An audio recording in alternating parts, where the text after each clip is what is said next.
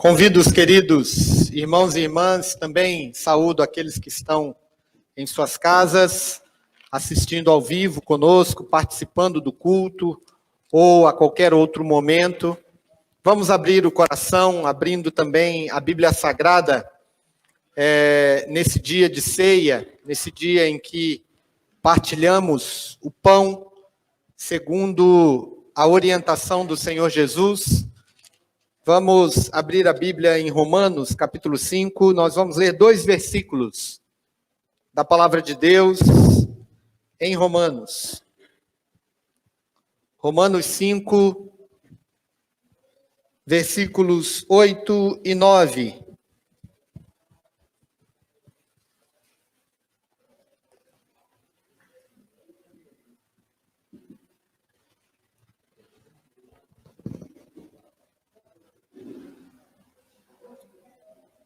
Romanos 5, 8 e 9.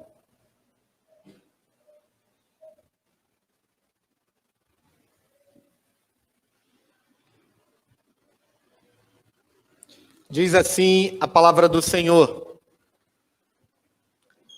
mas Deus prova o seu amor para conosco, pelo fato de ter Cristo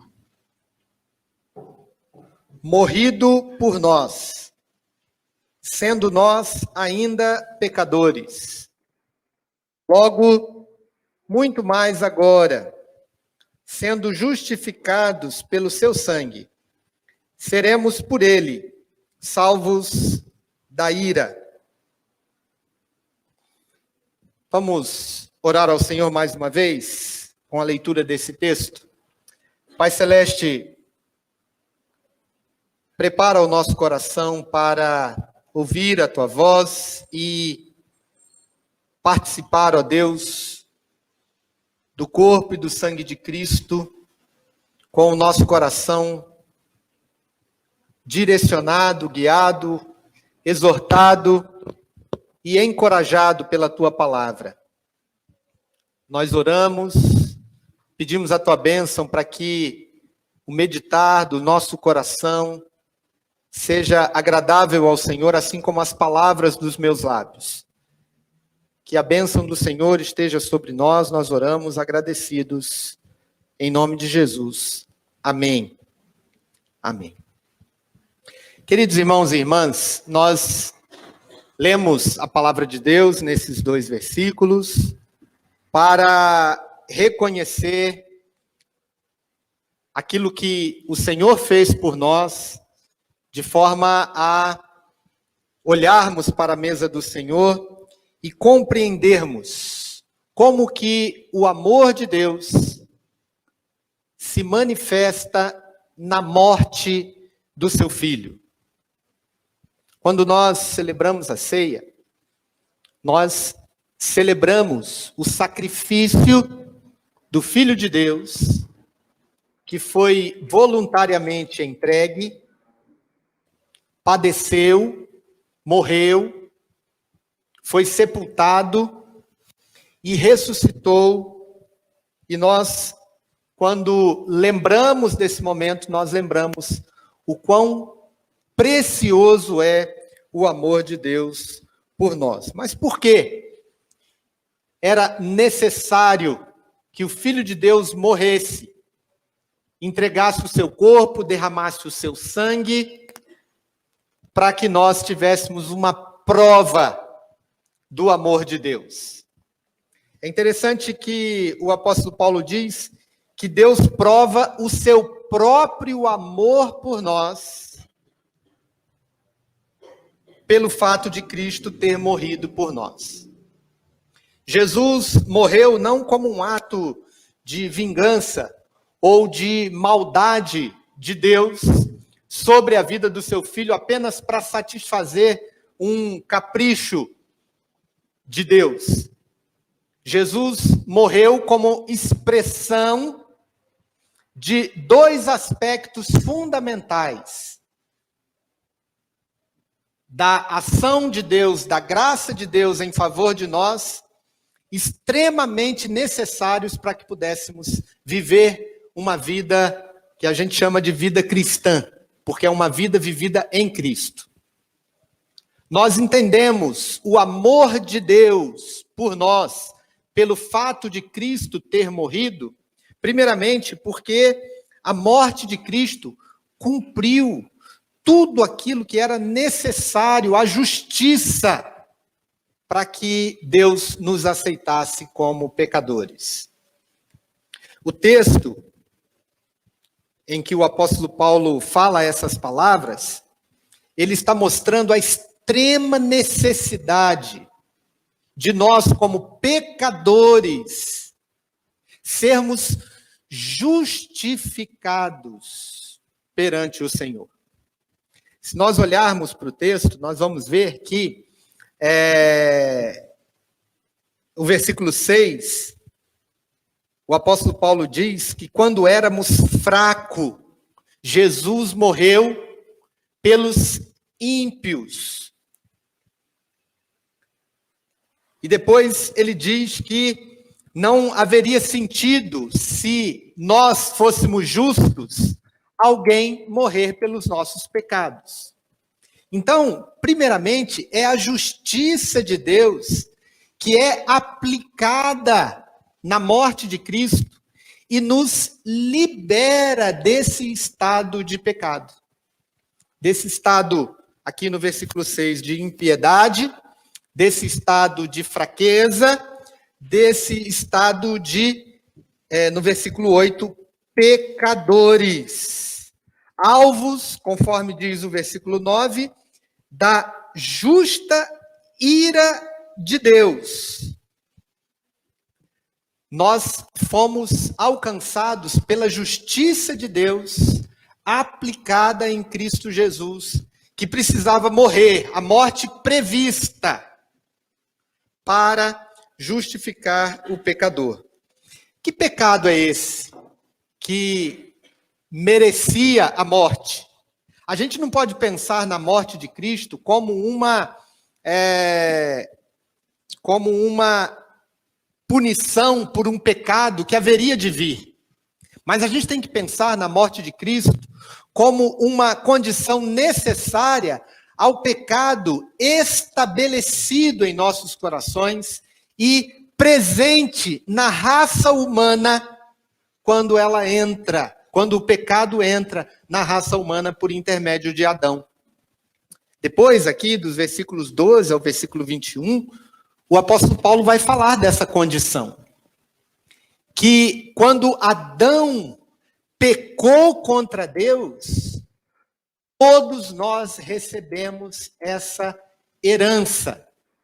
E essa condição de vivermos separados, ou alijados, ou como mortos em relação ao Senhor.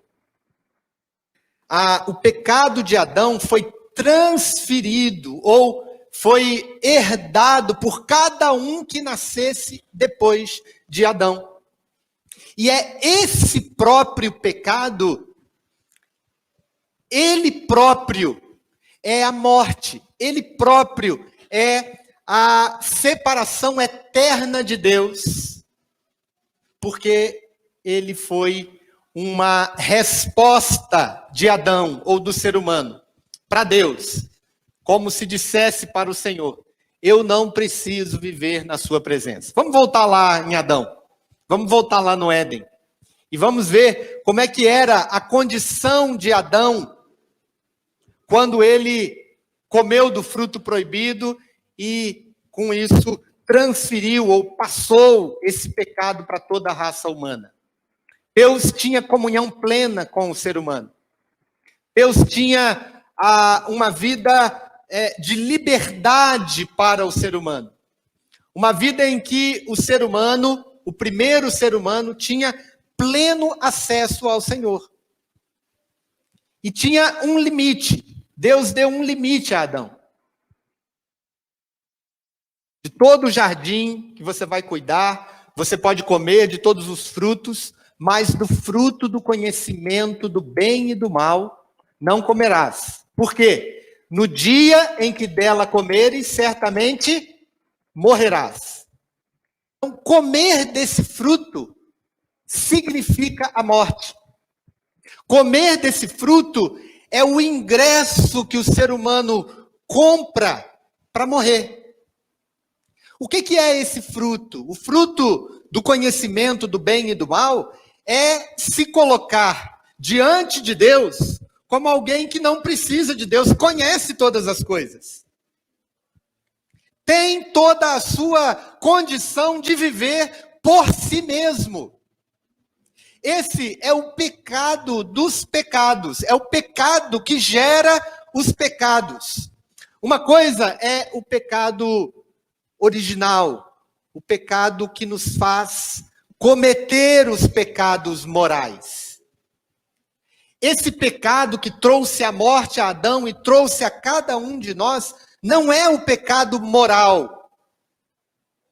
É o pecado de vivermos longe do Senhor, de assumirmos uma condição de dizer, da minha vida eu dou conta, eu banco a minha existência e eu não preciso de Deus para que eu viva. A promessa dada, uma promessa aí inversa, né, a Adão, de que na hora em que ele comesse do fruto ele morreria, foi cumprido em Adão. Foi cumprido nele e em toda a sua descendência. Porque ao ir contra a vontade de Deus, dizendo, no dia que dela comeres, certamente morrerás, ele come e a morte passa a fazer parte da vida humana e passa a ser transferido, ou como herança dada à natureza humana. Todos nós somos filhos de Adão. E todos nós morremos com Adão. Então, entender que a morte de Cristo era necessária para cumprir a justiça de Deus, significa, primeiramente, entender que há algo que está posto no coração humano, que se chama morte, que é inevitável a qualquer pessoa que nasça, a qualquer ser humano que tenha um sopro de vida, porque tem essa descendência adâmica. Nós não precisamos pecar, moralmente falando, para compreender que em nosso coração nós vivemos com essa herança do pecado, com essa tendência, queridos irmãos e irmãs, de querer viver por nós mesmos, de querer ser dono do conhecimento do bem e do mal, e com isso vivermos a vida que nós quisermos viver. E aí, por causa disso, nós trilhamos todos os caminhos que os seres humanos trilham longe do Senhor. Mas nós vamos compreender na ceia do Senhor, compreender a necessidade da morte de Cristo Jesus, quando, além de entendermos que o nosso estado é um estado de condenação em Adão, e que se é um estado de condenação, a justiça de Deus precisaria ser feita para sermos resgatados, mas quando compreendermos também, em segundo lugar, que a morte de Cristo na cruz foi a maior expressão que Deus poderia demonstrar do seu amor por aquele que ele criou, por aquele que ele chamou, por aquele que ele escolheu, para trazê-lo de volta desse estado de morte. A promessa para Adão é, no dia em que comeres dela, morrerás. Mas em Cristo Jesus, nós somos, juntamente com ele, na sua morte, ressuscitados para uma nova vida. Nós ganhamos, por intermédio desse amor de Deus, que amou o mundo de tal maneira que deu o seu Filho, nós não perecemos como Adão pereceu, mas temos a vida eterna. Para a gente poder entender isso, queridos, nós precisamos entender quando é que isso aconteceu. Quando que Jesus morreu e nos resgatou desse estado de morte ou de distância de Deus. Foi há cerca de, vamos dizer aí, os teóricos da Terra Jovem, né? Há cerca de 5.000 anos, 4.000 anos ou 12.000 anos depois de Adão, quando Jesus morreu na cruz do Calvário. Quer dizer que por alguns milênios a humanidade ficou sem salvação? Não. Se nós olharmos a Bíblia em 1 de Pedro, capítulo 1, versículos 18, 19 e 20, nós vamos ver que essa herança do pecado foi dada de pai para filho. É uma herança, 1 de Pedro, capítulo 1, versículos 18, 19 e 20. É uma herança dos nossos pais. É um legado. Ou seja, é uma herança corrupta. É uma herança de fútil procedimento. Mas nós fomos comprados. Não com ouro ou prata, mas, pode passar aí o 19, mas pelo sangue precioso, como de cordeiro, sem defeito e sem mácula, conhecido com efeito antes da fundação do mundo, porém manifestado nesse fim dos tempos por amor de vós. O que o Pedro está dizendo? Está dizendo que essa morte de Cristo, que nos resgatou da morte de Adão, porque a morte de Cristo é a que nos dá vida, a morte de Adão é que nos faz morrer para Deus, nós somos, já antes de Deus criar o mundo, Ele providenciou para que o seu Filho morresse e nos resgatasse daquilo que viria. Ou seja, antes de Deus dizer, haja luz, Deus disse, haja cruz.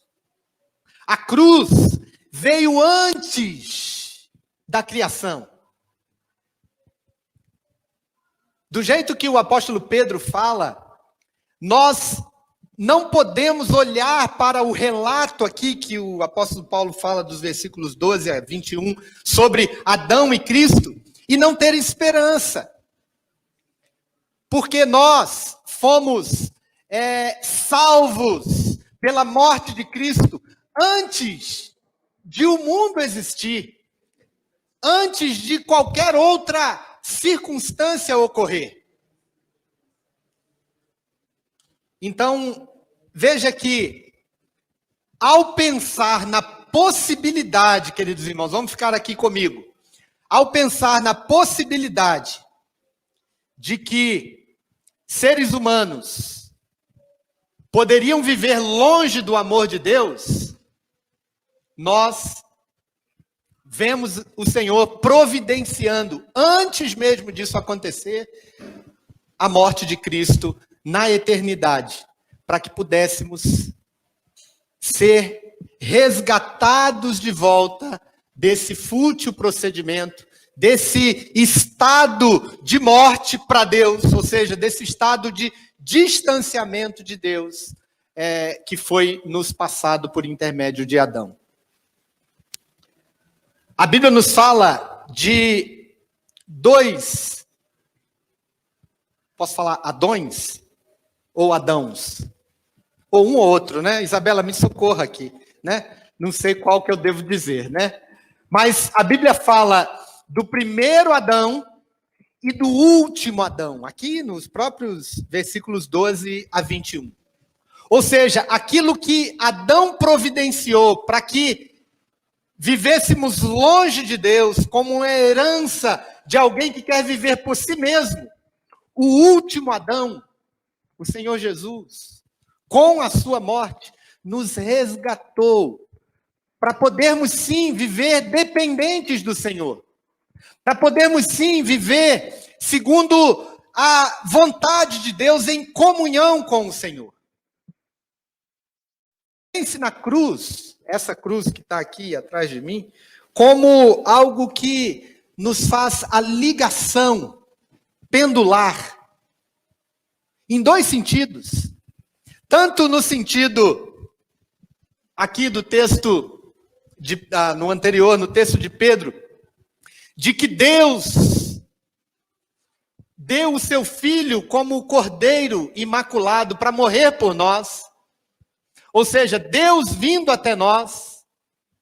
E no sentido inverso, no sentido de nós, por intermédio da cruz, podermos nos chegar até Deus e sermos acolhidos pelo Senhor nesse caminho aberto pela cruz.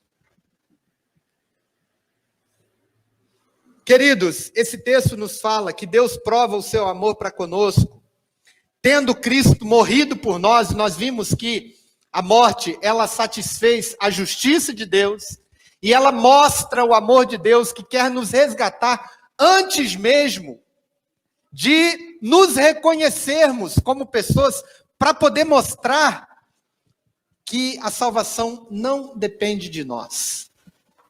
Não depende de uma ação humana ou de uma justiça humana que possa nos levar até Deus. Por isso o texto diz: sendo nós ainda pecadores. Eu quero caminhar aqui para o final, lembrando do que isso pode trazer de esperança para nós. Nós vimos aqui aquilo que aconteceu na eternidade, depois no tempo, em Adão, depois na cruz do Calvário, há 2000 anos atrás. E agora o apóstolo Paulo diz assim, versículo 9, muito mais agora, sendo justificados pelo seu sangue, ou seja, tendo o sangue de Cristo feito a justiça de Deus e mostrado o amor de Deus por nós, muito mais agora seremos salvos da ira. Há dois momentos aqui em que somos salvos da ira de Deus.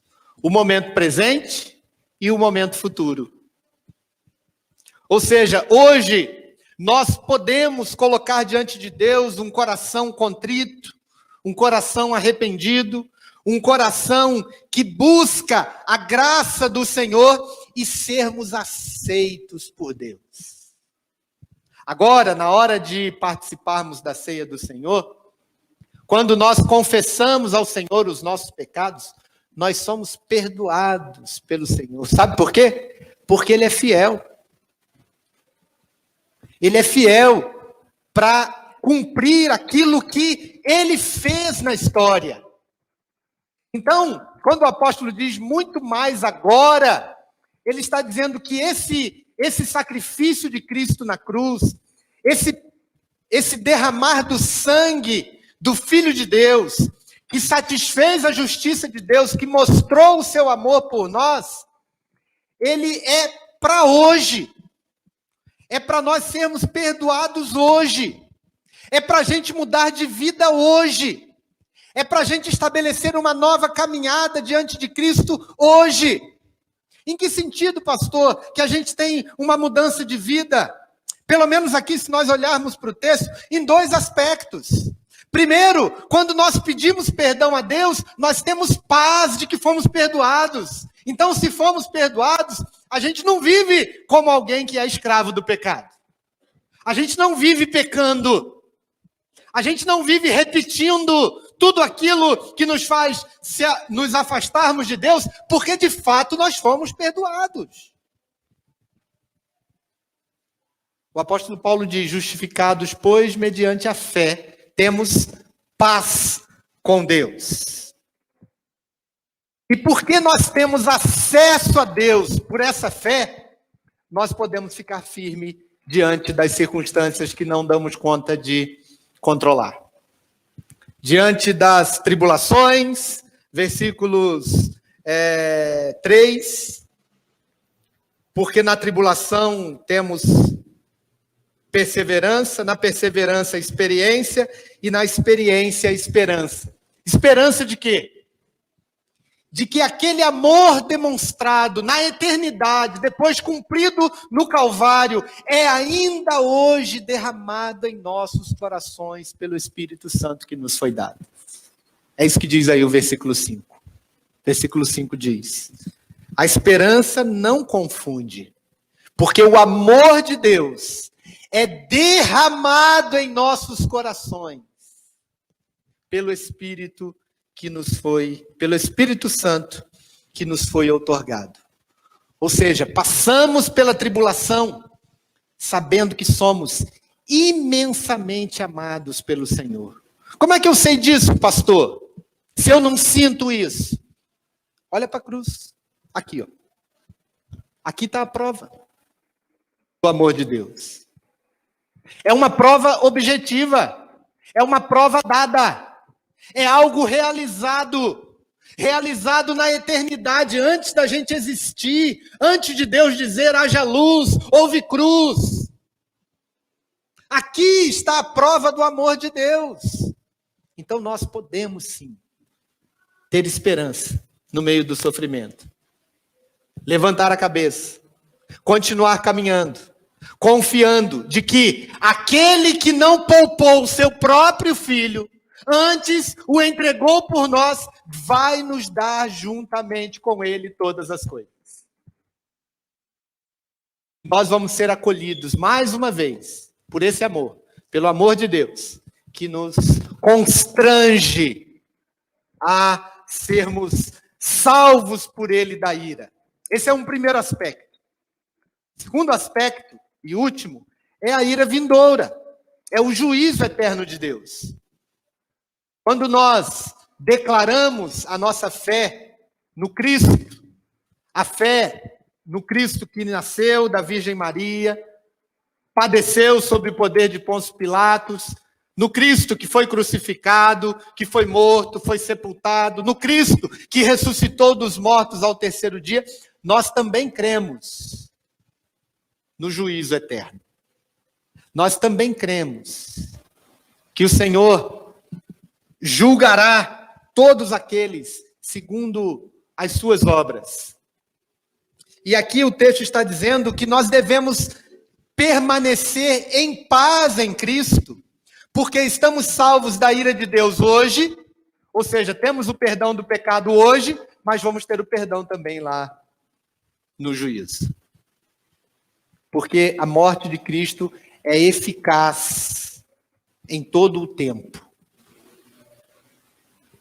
Então, nós somos convidados, queridos irmãos e irmãs, a participarmos da mesa do Senhor, sabendo que essa mesa existe, para que Deus provasse o seu amor por nós, tendo Jesus morrido por nós quando ainda éramos pecadores.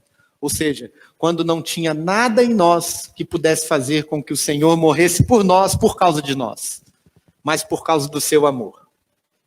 E se temos essa paz hoje, nós teremos ela amanhã. Teremos ela no juízo final. Teremos ela na eternidade. Porque ela foi nos dada antes da eternidade.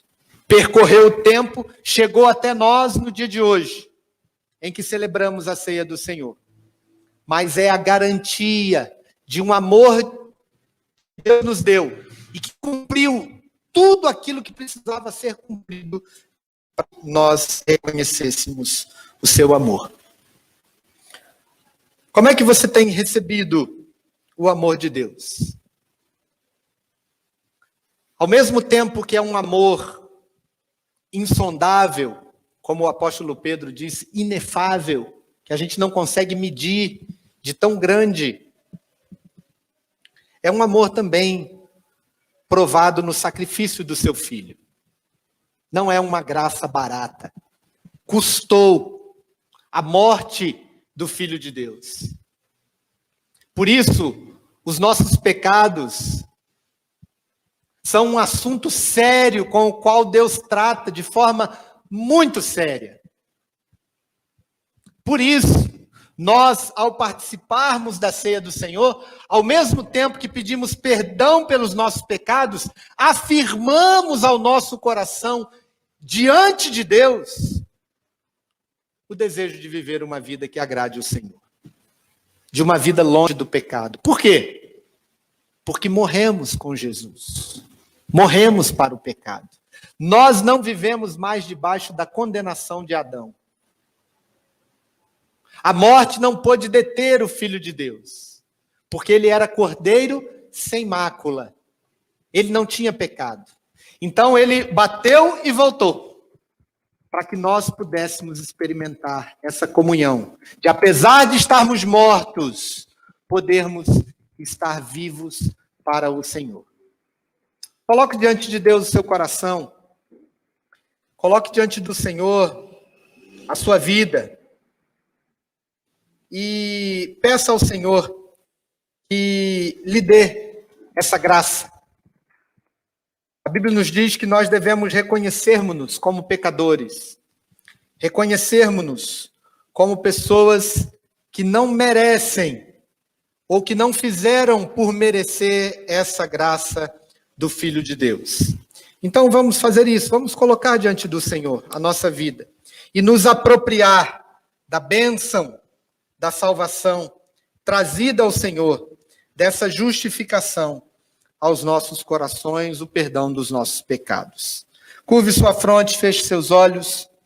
Vamos colocar diante de Deus a nossa vida, também orando ao Senhor, confessando os nossos pecados, para que participemos dignamente da mesa do Senhor.